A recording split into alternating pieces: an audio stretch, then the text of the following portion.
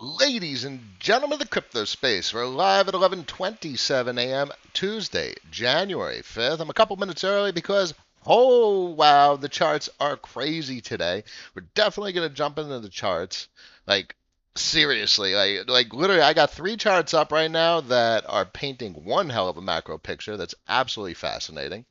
The title of today's stream, no doubt, Crypto Macro Factors, USOCC, Tether, and Forex. We also saw the announcement yesterday from the USOCC.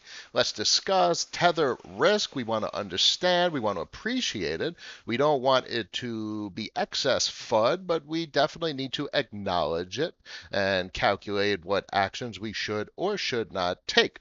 Risk assessment, boys and girls, and the Forex market, which will be displayed in one form. One particular Forex, I think, is notably significant as compared. I mean, they're all significant, but I have one chart up that is painting one heck of a picture. Today's episode, along with all episodes, is sponsored by Change Angel, the non-custodial swap exchange for social good. Stop depositing on exchanges, not your keys, not your crypto, non-custodial, DeFi, or nothing at all. Bam! Let's pop it over to the main screen and see who's in the stream. B Trail in the house. Argo Glass, Brad, my man Rick, Captain Weber. Synthetics is crazy. Synthetics is crazy. In fact, that's actually two tabs I popped up last minute because the dollar denominated price of synthetics is $12.54. Let's do that real quick. So Digibyte, I got the chart up. This thing is gonna pop from this falling wedge. How far it pops to the upside? Digibyte is notably extremely volatile, large upside swings, significant retraces. We'll see what happens. This is a high risk play, but at some point it's gonna stop going down. Falling wedges are bullish and indicative of the more likely than less likely trend reversal. I want to look at synthetics real quick because this thing is absolutely incredible. Breaking out from previous highs, painting a new higher high. So this is a significant trend break to the upside. This is basically synthetics outperforming Bitcoin, synthetics versus Bitcoin chart. This is a significant uptrend. There's some serious action going on in the market. We're on the daily here, so Stoke is getting to the oversold position. We don't know how much more upside is in store. But check this out. As I always say, what you look for is a break to the higher high, a retest, and that is significant bullish trend confirmation and a reasonable expectation for continuation. This is just incredible. Synthetics loop ring is on fire. Its L2 solution is just tantalizing the market, which definitely drawing in significant amount of attention. Keeper Dow's at $145. I mean, obviously, a lot of this is driven by Ethereum appreciation, being that the vast majority of the market, the altcoin market, is denominated in Ethereum, not necessarily Bitcoin. So begs the question why the heck I'm looking at a synthetics Bitcoin chart rather than a synthetics Ethereum chart. While we're on synthetics, over on I mean, the gas prices are crazy. So every time synthetics goes up in price, you got to remint more synthetics to get your collateralization to an optimal percent. I think the 500 is reasonable considering the liquidation price or liquidation ratio of 200. Sometimes I do less rather than more, but I like to keep it proper the mint properly collateralized to maximize the claim. So every week you're getting yield. The gas prices are crazy. My mint just cost $100. I second guess whether sometimes these gas fees are worth paying. But I have a fair amount of synthetics. The interesting thing is, uh, this is all yield. I played synthetics back at 70 cents and I rode it to like $7. And synthetics is a good part of quite lucrative DeFi summer for myself. So all this is an escrow. Uh, all of this was yield. This was interest payments that never bought.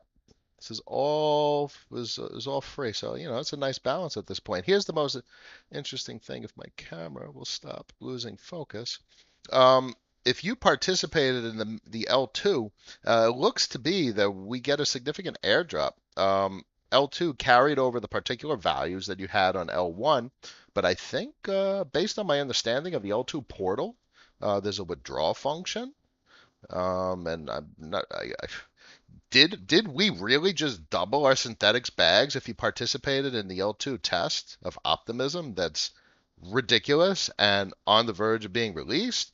L2 optimism on synthetics. I'm so bullish on synthetics and curves role and relationship to the uh, the interoperability, the exchange of synthetic assets, cross-asset swaps.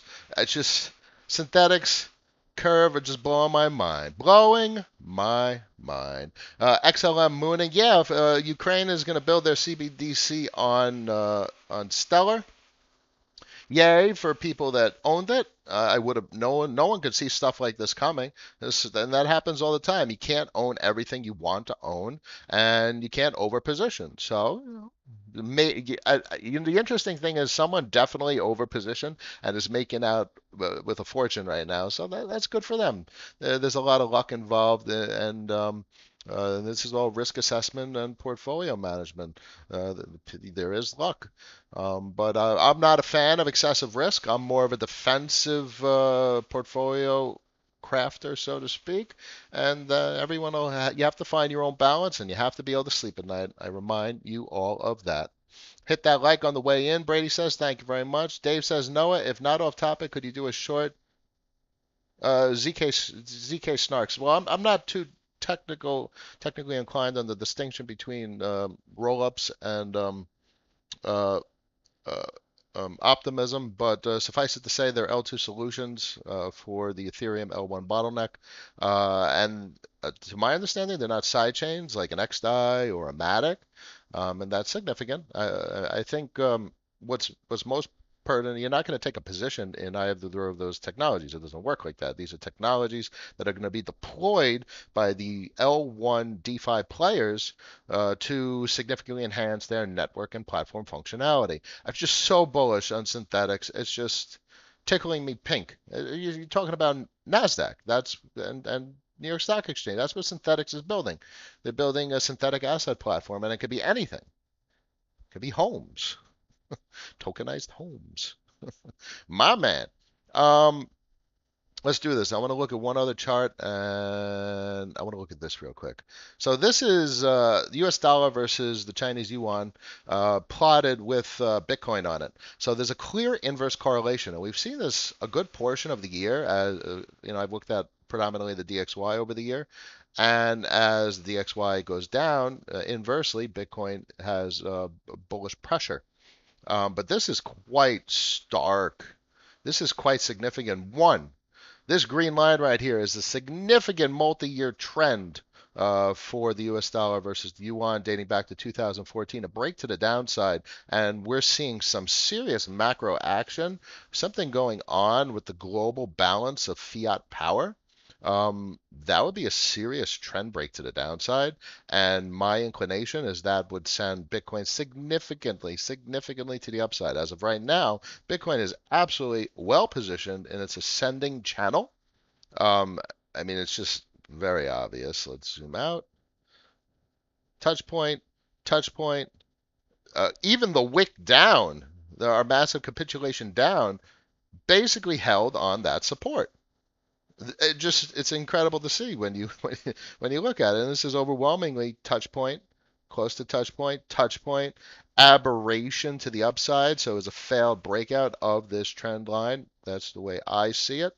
So eyes on Bitcoin. This literally could dip to 29,000 and change, and if there was a bounce there, that's so bullish. That's so bullish. So that's the whole thing, and that's what I look for from a macro technical analytics perspective is trend direction and significant trend changes, trend shifts. That's long-term tops, long-term bottoms, and as of everything's firing on all cylinders to the upside at this point, 32,800, and it's just like, yeah, we're just sitting at 32,800, no big deal. No big deal, but yeah, it's a big deal. It's a crazy number to just be sitting at and kind of just trending, especially that we're on the 4 hour and Stoke is completely oversold. RSI is on the upswing. Let's check the daily real quick. Oh, so daily, daily RSI is at 80 with a little uptick. So that's quite significant. That's quite significant. You don't see RSI at 80 a lot, and when you do, you see significant bullish action. I mean, look at the RSI above 70, and you see all this bullish action. So if this pops down and then breaks back up, we can see some more significant bullish action. Not to be underestimated and to be excited about, no doubt. Let's expand. Let's expand. Let's take a look at Ethereum real quick. So Ethereum is in this triangular compression, lower highs, higher lows against the US dollar, obviously. So very few assets you really should be looking at versus US dollar. For a long, obviously if Bitcoin is significantly outperforming, you look at altcoins in US dollar to get a sense of what's going on. But you know, altcoin versus Bitcoin, because the whole goal really is to store value and accumulate value in Bitcoin denomination, is probably one of the more significant ways to look at the altcoins. But there's really multiple charts that you have to look at to understand the big picture of what's going on with your favorite altcoin project. As of right now, this is absolutely fascinating because Ethereum, along with few other assets, few have heavy trading volume in US dollar denomination. This is a macro asset. It's the second largest market cap in the crypto space. So it's very meaningful to look at it from a US dollar denomination perspective. This is really cool because we have 3 touch points on support and 2 thus far on resistance. This is a heck of a triangular compression to see on Ethereum at 1,000 plus dollars. Albeit Stoke is overbought. Zoom out to the 4 hour, and that's where you see the magic that could possibly happen. With the higher lows and just these, it's only wicks to the upside. And the fact that you have candle bodies encroaching on wick territory, previous wicks to the upside territory, and Stoke is basically just coming out of oversold, a higher low on the Stoke. RSI is still above 70. Wow. Yeah, Ethereum is very bullish. Gas prices are absolutely astronomical. 157. You talk about $100 transactions for, even trivial DeFi interactions. Mentioned a $100 transaction to stake synthetics just shortly ago. Obviously, a 6% increase since I staked. Wow. Let's take a look at Keep for a second. So Keep has been on fire. The big picture for Keep is just potentially one of the most alpha loaded projects I could think of. Let this load. I'm going to load Zorion for a second. This is their treasury and how much money they've been making. Zoom out to the monthly. And this thing's basically a money printer. Their mempool arbitrage and front running, man, and their games that they're playing.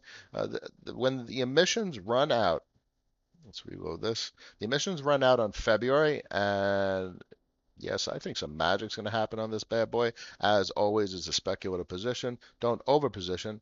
Don't go all in. Never spread too thin. And assess your risk tolerance so you can sleep at night. Bam! That's the name of the game. What is the gas cost with why? What? Uh, Argo Glass, yeah, I mean synthetics going to L2, they're all going to go to L2 at some point. And the question is, how does that mature? Because L2 involves an L1 deposit, and how is that all sequenced, and what is the configuration of the systems going to be? We'll see how it plays out. But the whole point is there are solutions. The space is maturing, and yeah, Ethereum is going to keep going up. Ethereum goes up so much because of the gas demand. You need Ethereum to actually interact with the DeFi platforms, and that creates a massive demand for Ethereum merely to continue your interactions with the DeFi platforms. That's a big deal, boys and girls. That is demand. As DeFi hotness and DeFi yields of various platforms are incredibly lucrative, and that is a driver of demand, boys and girls. Daver says Ren 11.5% to 11.5%. How exposed are you to Ren these days, Noah? No. So Ren is an aberration in my portfolio, not consistent with my other speculative bets. I only have 2 large outsized bets. Ren is one of them, particularly because I got in early this year. Um, and Ren was, It was DeFi summer, so we were betting. I took on excessive risk. Ren, I think I had like a 6%, 8% portfolio position in Ren, and now Ren is still actually probably about 8 to 10% of the portfolio, but it's significantly outsized as compared to my other positions. I am very heavy in Ren, but not because I've purchased a large amount of it, just because it's appreciated so much. As of right now, I'm up 8x on Ren, and dollar denominated, not Bitcoin denominated, and that's just what it is. Don't look at you got so many folks just look at Ren as an asset, and to me, you just ignore it. Forget about Ren and think about dark nodes. There's 30,000 YFI, and that is an extremely limited supply, and that is conducive with why that's so much in demand. There's only 10,000 dark nodes. So I really look at Ren from a dark node perspective. I would never purchase it just a speculative position. It has the potential to appreciate, but I don't care. What I want is a revenue stream. As I mentioned in a tweet earlier today, my entire portfolio is designed around recurring revenue streams. I have one asset that doesn't have a current revenue stream, and that's Digibyte. Um, Everything else produces constant flows of income, either from inflationary sources or yield derived from transaction fees.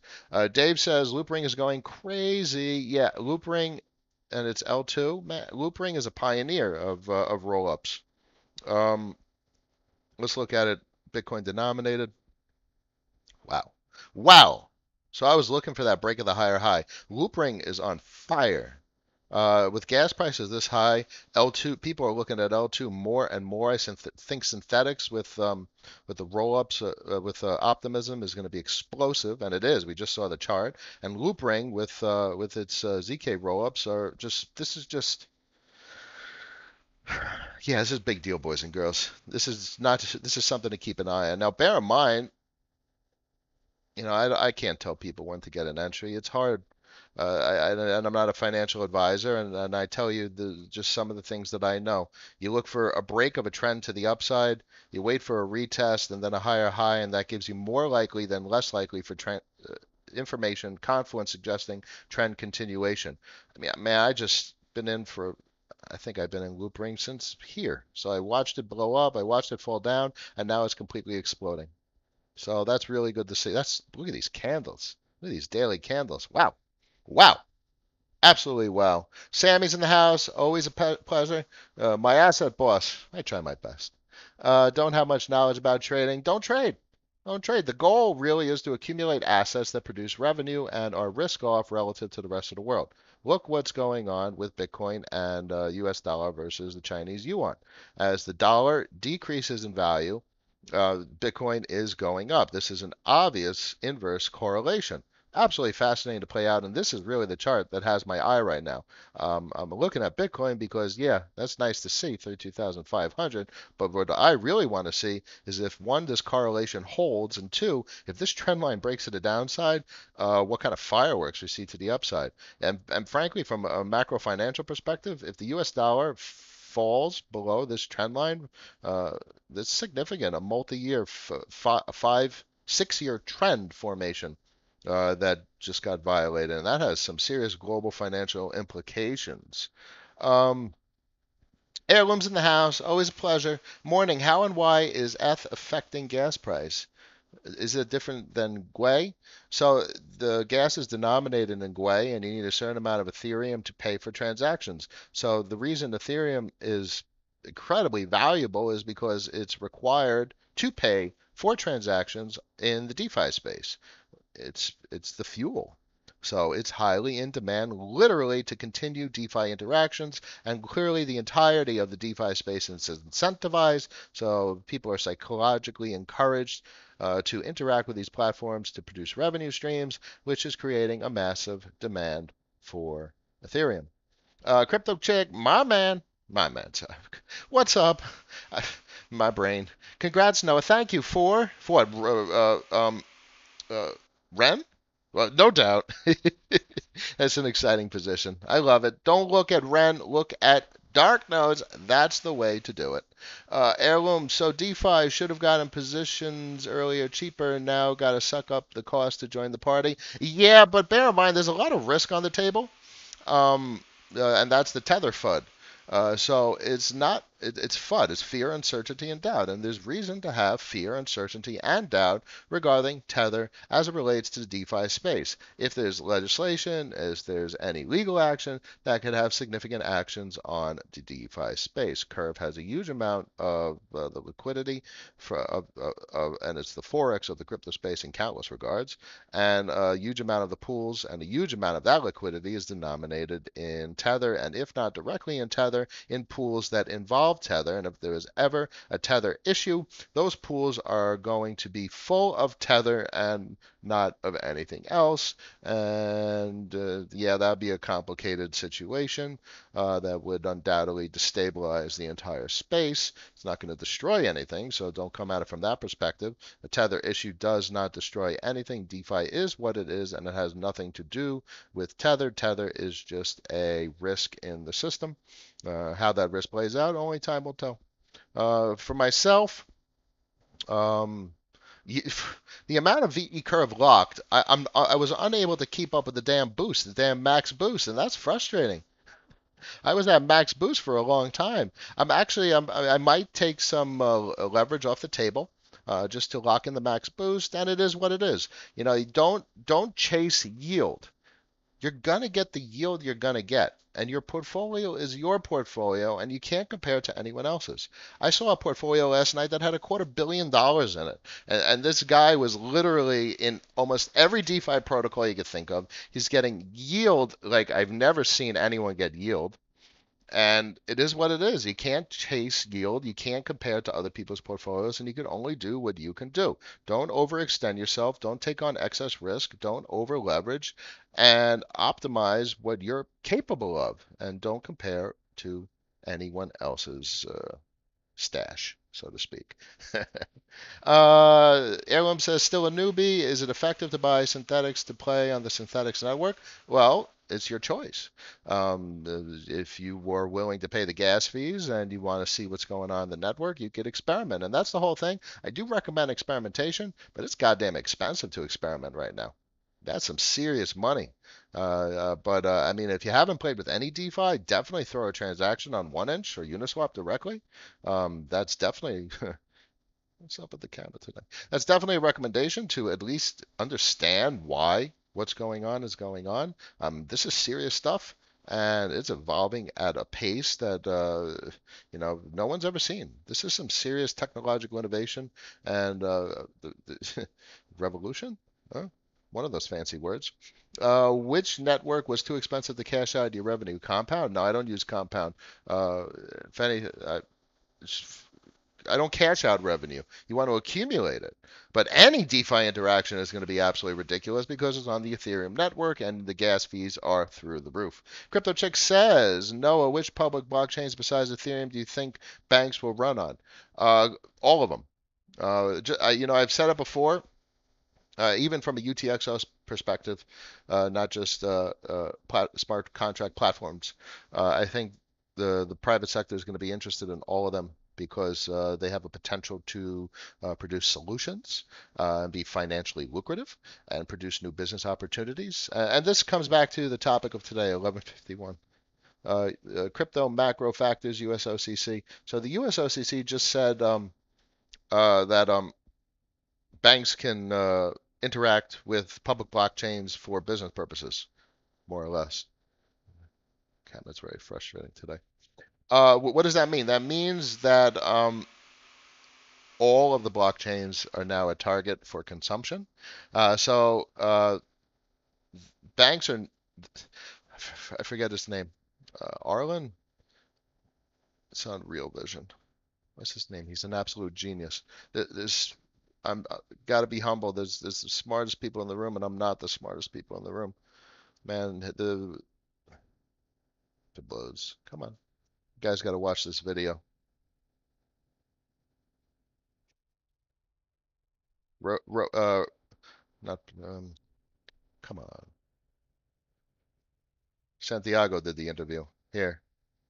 Rohan. It was Rohan. Rohan Gray, absolute genius with regard to financials. Just his education must have been extensive. Just absolutely impressive. The conversation, the content, the degree of understanding, and it literally just flows out of him.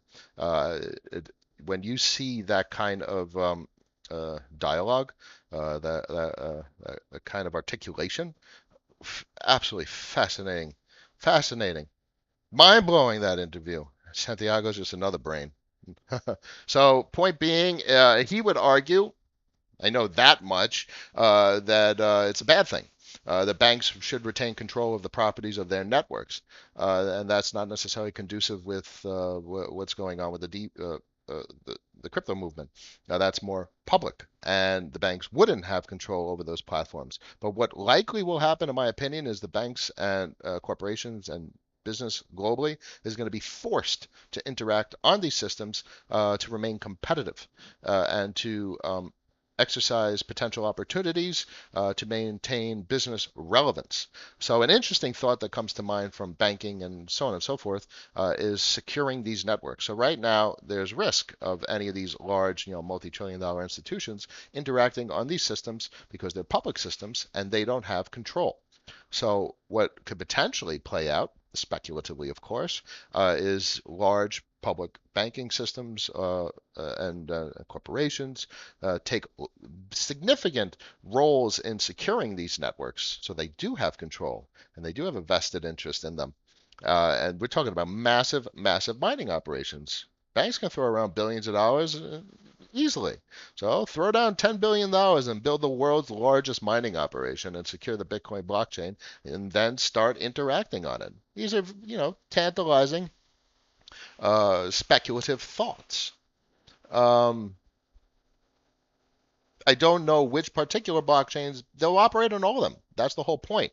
All these all these networks are puzzle pieces that can exist in a pool of networks that can be chosen depending on their properties for the best possible application. And that's the whole point. It's a tool set. What's emerged is a public utility. And I've talked about this narrative with Digibyte because that's a network that has critical mass decentralization. It will exist in perpetuity. So all that matters is security of the network, which can easily be achieved by an interested party. Throw down $100 million and you're going to secure the crap out of the network and you'll be able to use it for asset storage and record storage and asset management. That's the name of the game. Will stablecoin pools have higher yield now than banks? Stablecoin pools have had higher yield than banks for the entirety of DeFi. Um, there is absolutely no logical reason to keep value in a bank. You are losing value.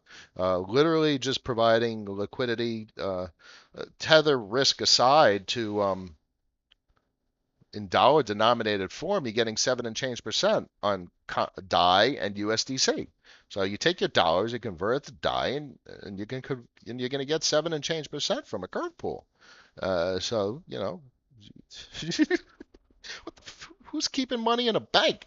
Now you keep enough liquidity in a bank to pay for bills and handle um, uh, potential unexpected circumstances, but value has no business being in a bank. It is a failure of all of your own financial fiduciary responsibilities to keep excess value in a bank.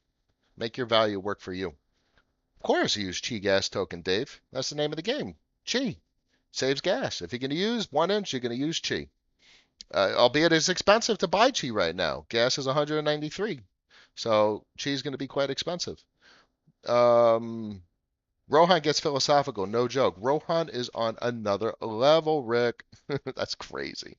Crypto Chick says, do you have a vid on using Ledger to transfer tokens from MetaMask? Yeah, well, not a video, but it's pretty simple.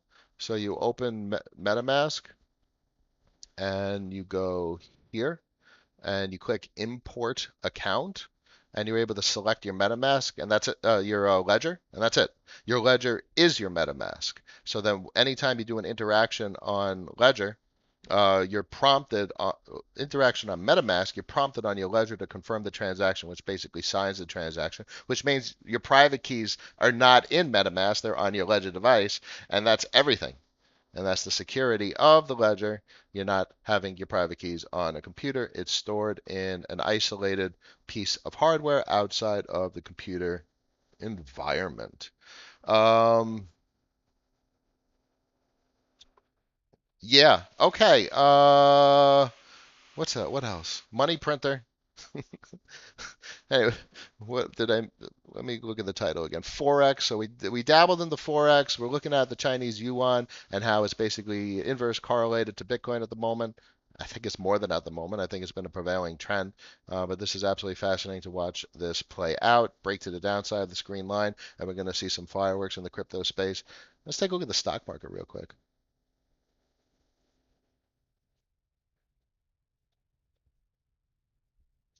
Stablecoin pool yields will likely eventually capitulate and start going down, uh, depending on how far the system expands.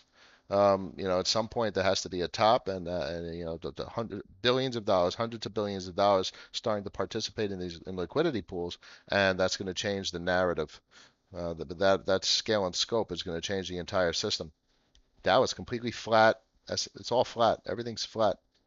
I mean, bear in mind you got elections in Georgia. Tomorrow you got the Electoral College confirmation. There's going to be massive protests in Washington today, and who knows what the hell is going to play out tomorrow with the Senate.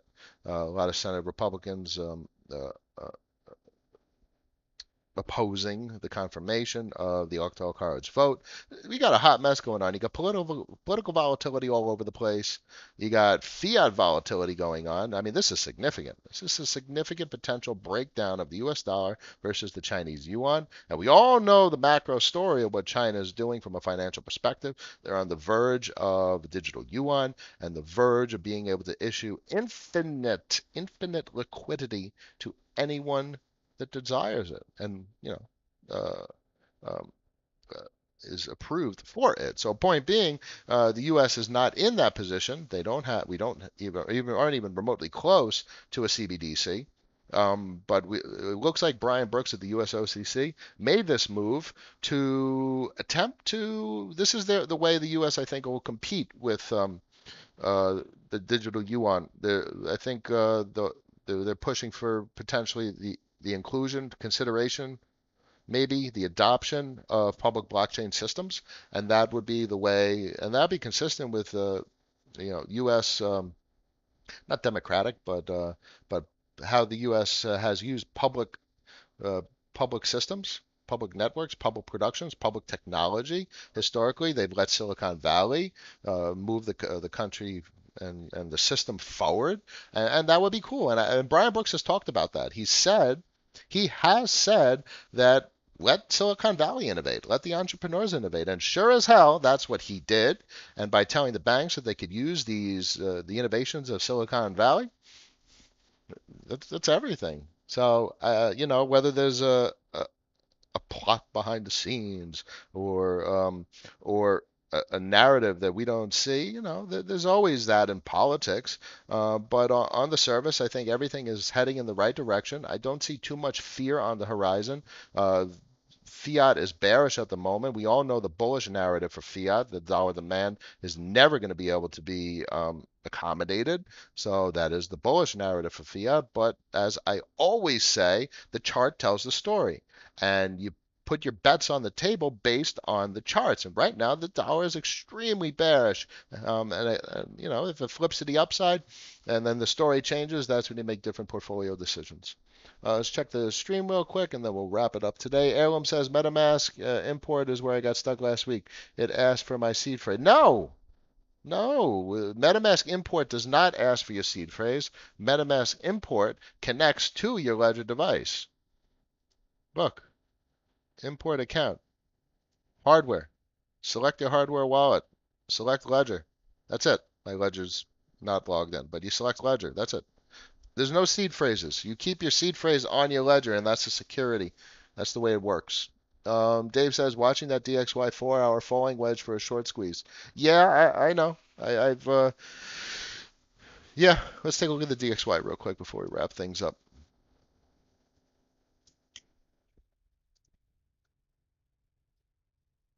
Oh, wow. Yeah, that's a heck of a short squeeze opportunity. I mean, look, it's a falling wedge. Can you imagine it breaks down? Oh my God. Oop. Oop. Wow. Yeah. Well, I mean, look, it's at the bottom by support. Could you imagine if that breaks down? Could you imagine if we have that kind of event? Because this looks seriously bearish. This is, I mean, a good portion of the global market is the Chinese yuan. China's up next as a global power, financially speaking. Dollar's bearish across a basket of companies. That's what this chart says, albeit this is a large scale, significantly large scale bullish trend formation, or at least a falling wedge is indicative of trend reversal.